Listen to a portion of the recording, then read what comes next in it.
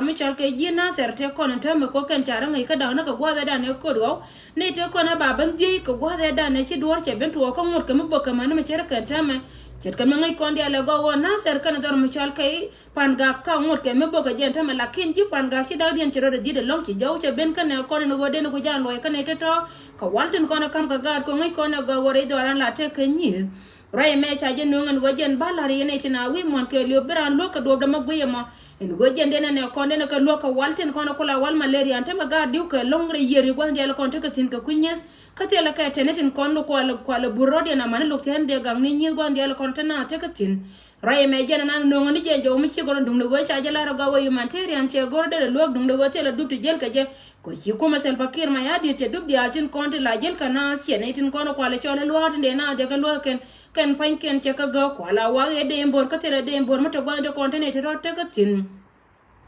min dong dia na banyo ka lar ko ne dum pine te ko ne che ka nyare do ar Michal ka ya ko ba wes ka wal ga la go cha jala ne te konte re wo yen go jen panken ken pute kon la pinyal kinyale roda kapsyon atame dul dia te kon ne cha kana piu kan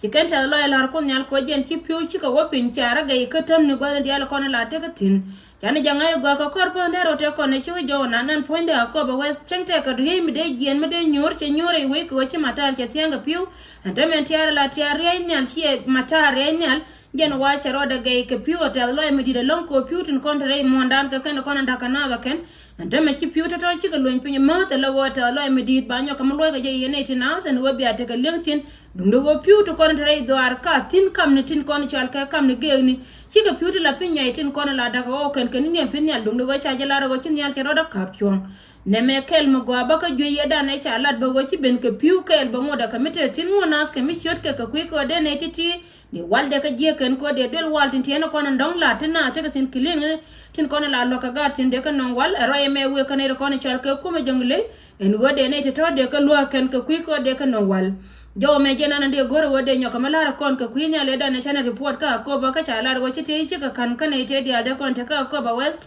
mana ne tin kontin wen re lo ko kwi me we ko Wuror county and ma chete ka gwati tiene te chi jo ka kwi ko chin yar te roda ka chong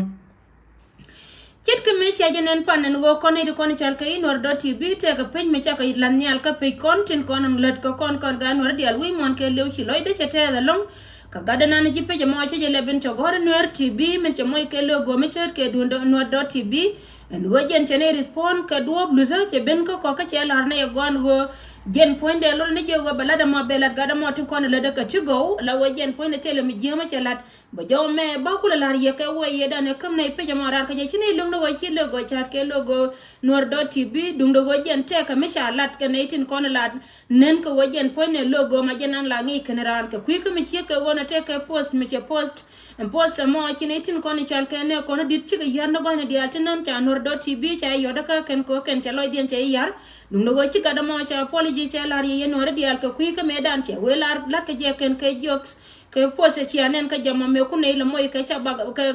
ko ne le sababu ka je ko kon ba ka je gor mun no go jen point de ro mi che